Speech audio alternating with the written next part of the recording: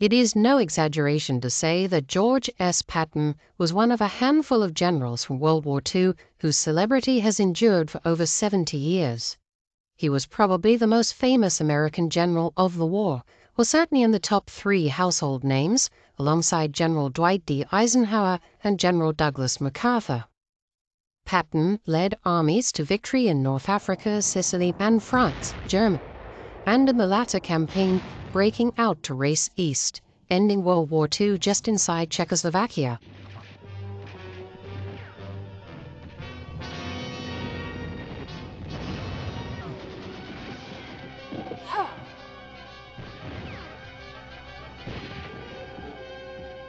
Honored and feted by all the Allied nations, many don't know that his final few months were marked by depression, anger, and controversy. His premature death in December 1945, at the age of only 60, has become the subject of intense speculation. Was it an accident, or was he murdered by a shadowy conspiracy of Allied leaders fed up with Patton's anti-Soviet rhetoric and embarrassing faux pas? Had George S. Patton become a liability instead of the asset he had once been during the fighting in Northwest Europe? Patton was a brilliant though difficult man who was not slow in stating his opinions about many subjects and whose behavior often led to problems with the Allied authorities. Right, left. The first 4 hours, we passed over a destroyed lab. Utterly destroyed. You who have not seen it do not know what hell looks like from the top. That's what Germany looks like. That Austria looks like. That's what any place that the 8th Air Force and the 3rd Army wait on looks like.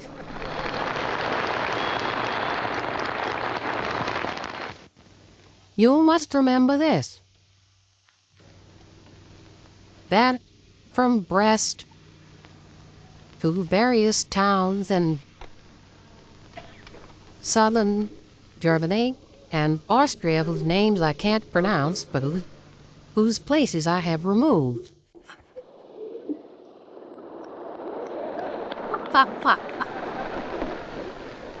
The trail of the 3rd Army and the 19th Tactical Air Command and the 8th Air Force is marked by more than 40,000 white crosses. He first commanded U.S. troops in action during World War II during Operation Torch, the Allied landings in French North Africa in November 1942.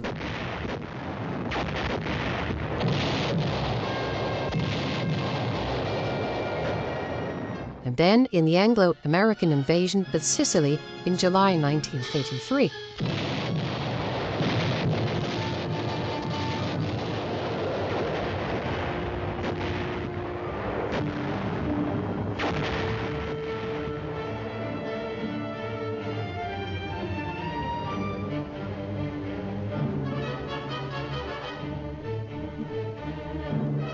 Though his command style, flamboyant dress, and peppery language won him many fans among the divisions he commanded and in the Allied press and public, some of his decisions and orders brought him censure from higher command. An early example was his illegal order to his army made in a public speech on the 27th of June 1943, just before the invasion of Sicily, that they should take no prisoners. Unsurprisingly, some U.S. soldiers cold-bloodedly executed 73 Italian POWs following the capture of Biscari. 2 soldiers were placed on trial for this war crime, but Patton's order made for an uncomfortable situation for the Allies, keen to brush the entire affair under the carpet. To prevent the reputation of America's most famous general and the U.S. Army from being tarnished, the investigation of Patton was dropped by order of Patton's superior, General Omar Bradley. Patton's behavior was often only one step from a serious scandal. Just a few weeks after the Biscari murders, Patton physically slapped a U.S. soldier across the face inside an evacuation hospital. The man was suffering from combat fatigue, something which Patton did not tolerate. That was on the 3rd of August 1943. But Patton again lost his cool with a soldier suffering from combat fatigue a few days later at another evacuation hospital he was visiting.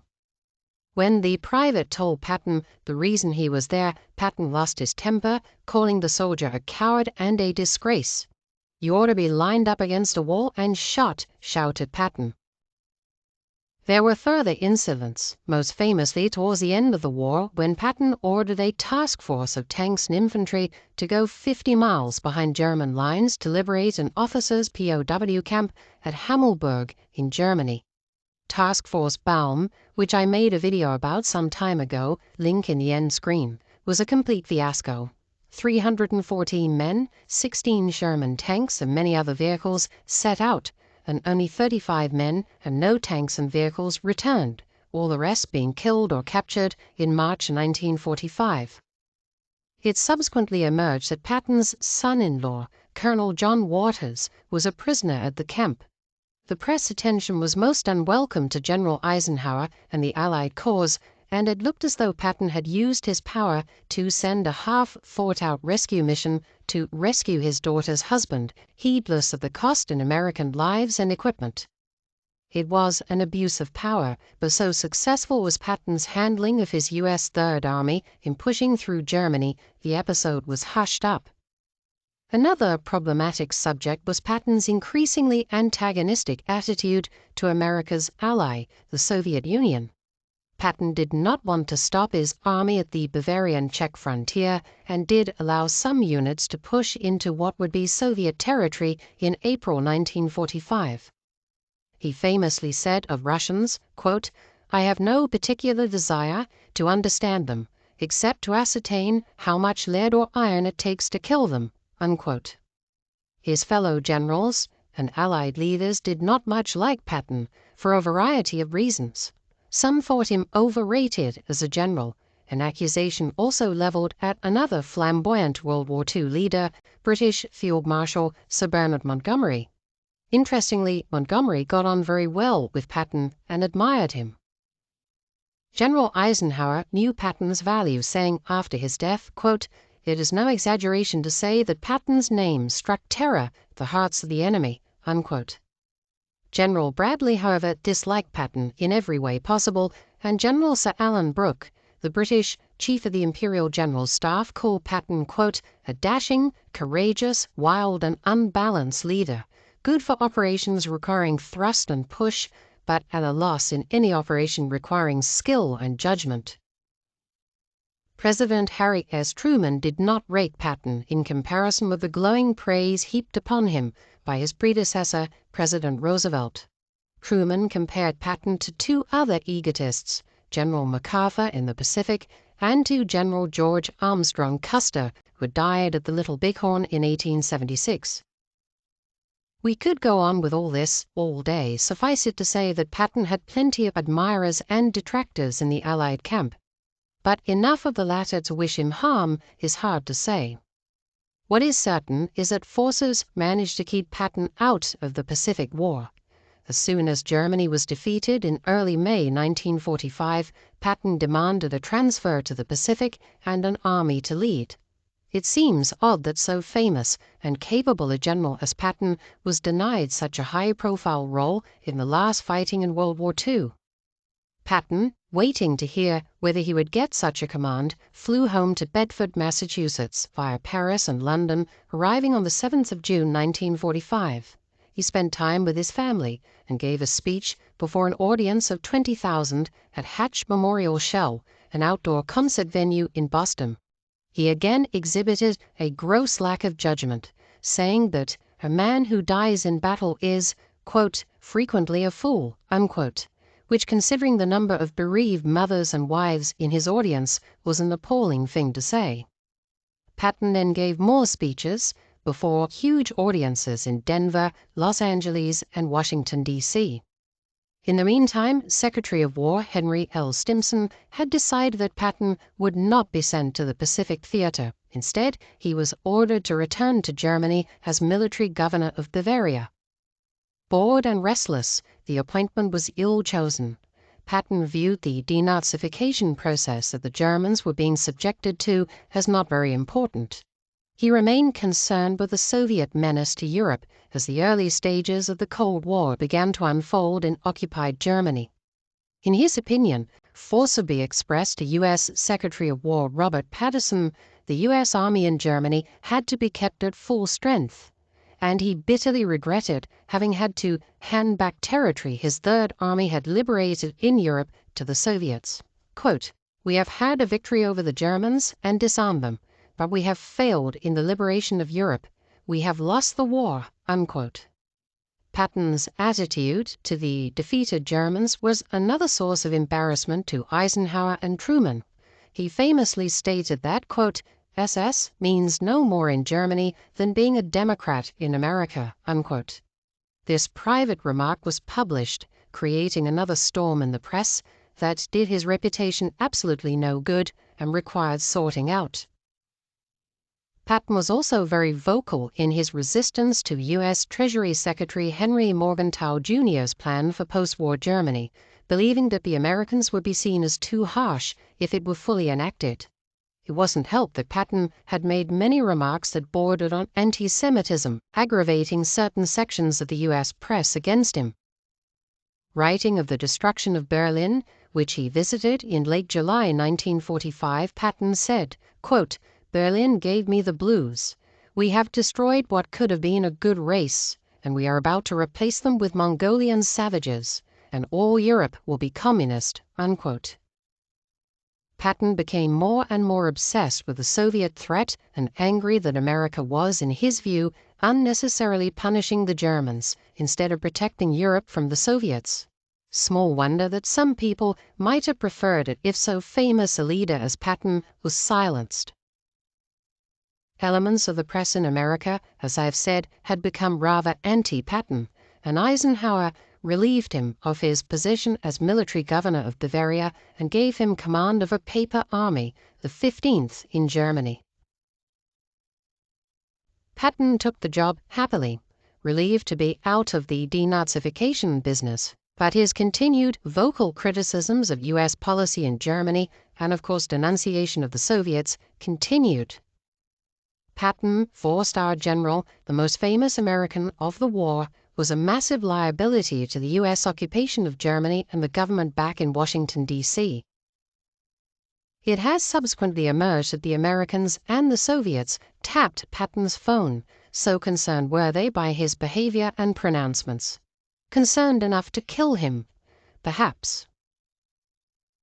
On the 9th of December 1945, Patton was invited by his Chief of Staff, Major General Gay, on a pheasant hunting trip near the town of Mannheim in Germany. The party consisted of two vehicles, Patton's 1938 Cadillac 75 staff car, driven by Private First Class Horace Woodring, a 19-year-old combat veteran. With Patton was General Gay, and traveling ahead of the Cadillac was a Jeep driven by Sergeant Joseph Scroose, carrying the guns for the hunt, food, and a hunting dog. On the way, Patton ordered a stop at the Roman ruins at Saalburg, then resumed the journey sitting in the front passenger seat to warm his feet next to the heater as it was cold and snowy outside. At a military police checkpoint, the Cadillac stopped so that the frozen hunting dog could be transferred to Patton's car, and Patton resumed his usual right-hand back seat with Gay sitting to his left. With the Jeep leading, the Cadillac followed the N38 road to the northern outskirts of Mannheim. At a railway-level crossing, the Jeep passed over, but the Cadillac was held up by a passing train. After the train had passed, Woodring pulled away, noticing two U.S. Army trucks pulled onto the side of the road half a mile ahead. One started moving towards the Cadillac. The truck was a 2.5-ton 6x6 GMC, and as it was about to pass the Cadillac, it suddenly veered left directly into the car's path, Woodring having no time to take evasive action. The Cadillac collided with the truck at 20 miles per hour. Patton was thrown forward into a railing behind the driver's seat, injuring his head and neck. Bleeding profusely from a laceration that extended from the bridge of his nose to the top of his scalp, Patton collapsed into Gay's lap, unable to move. Woodring flagged down the first vehicle that he saw. It turned out to be an army ambulance. The medic, Sergeant Leroy Ogden, managed to stop the bleeding, and then Patton was driven to the 130th Station Hospital at Heidelberg, arriving 1 hour after the crash. Military police arrived at the scene to investigate the crash. The truck's driver, Technical Sergeant 5th Class Robert Thompson, was acting rather strangely. He seemed unconcerned by the accident, grinning constantly, and Woodring felt that Thompson and 2 unnamed companions may have been under the influence of alcohol. Certainly, Thompson was 50 miles from where he was supposed to be and on some kind of unauthorized joyride at the time of the accident. 2 officers of the 818th Military Police Company interviewed all those involved. No charges were filed against anyone. The accident considered a routine fender bender. In the hospital, Patton was found to be paralyzed from the neck down, his vertebrae severely dislocated. Specialists were flown in, as well as his wife, from America. However, about a week after the accident, Patton started to improve, some respiratory muscle movement coming back, and preparations were made to fly him to the U.S. for more treatment. But on the 20th of December 1945, Patton suddenly deteriorated again, and the next day he died of pulmonary edema and congestive heart failure. On the 24th of December 1945, as per his wishes, he was buried among the Third Army's fallen at the U.S. Cemetery at Ham, Luxembourg.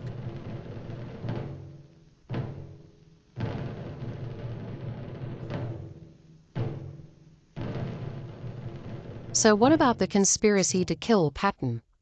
Well, in actual fact, nothing whatsoever was said about a conspiracy for 30 years following Patton's death. Such a notion only surfaced in 1974 with the publication of a novel called The Algonquin Project by British writer Frederick Nolan. The book was a fictional story loosely set against the real death of Patton, dealing with a murder plot to kill a famous general. It became a rather bad film called Brass Target in 1978. And from these 2 fictions grew the conspiracy theory of Patton's assassination. In 1979, a cash-strapped former World War II OSS operative named Douglas Bazata came out of the woodwork with a fabricated story, believed by many, that he had been asked by OSS Director Major General William Donovan to kill Patton in December 1945, to shut him up as he had become an embarrassment to the U.S. authorities. On the surface, Bazata, who'd earned a hatful of high decorations for his World War II daring do, looked impressive, but any cursory comparison of the events of Patton's last day, as recorded by General Gay, Patton's driver Woodring, and numerous other witnesses, is at variance with Bazata's rather ridiculous story. Basically, Bazata claimed to have jammed the window beside Patton open 4 inches when the general was touring the Roman ruins shortly before his accident, so that he could shoot him later, just before the crash, using a special rock-firing gun made by a country he couldn't remember that would look like Patton had suffered a non-gunshot wound to the head caused by the crash, which was also, of course, staged. When Patton survived the shooting and the crash, he was finished off in hospital with poison that emulated natural death. The press lapped up Bazata's fictional story, merging it with the novel and film that stated the rumors of an assassination plot. What also fueled the mystery was the fact that no autopsy was performed on Patton, so no poison could be discovered. Well, of course, as it was considered a routine accident and not a murder case, no autopsy was necessary. Also, records pertaining to Patton's accident would be revealed to be missing from the National Archives. These points found their way into Patton's biographer Ladislas Farrago's 1981 book, The Last Days of Patton. Since then, 3 more books have been published elaborating on the alleged plot to murder Patton, as well as introducing a new theory that he was murdered by the Soviet NKVD, forerunner to the KGB. However, no concrete evidence that disagrees with the original witness statements has been produced, but the notion that Patton was assassinated has nonetheless entered the American national consciousness, fueled, of course, by the Internet. In the final analysis, it seems likely that George S. Patton died because of a chain of unfortunate circumstances, rather than some complex conspiracy. He was just unlucky. When great people die in such ordinary ways, people often reach for the fantastic because they can't accept the mundane. The Conspiracy to Kill Patton is merely a fictional book and movie plot that has taken on a life of its own. Until some real evidence of foul play is presented, Patton's death must remain what it was, an accident.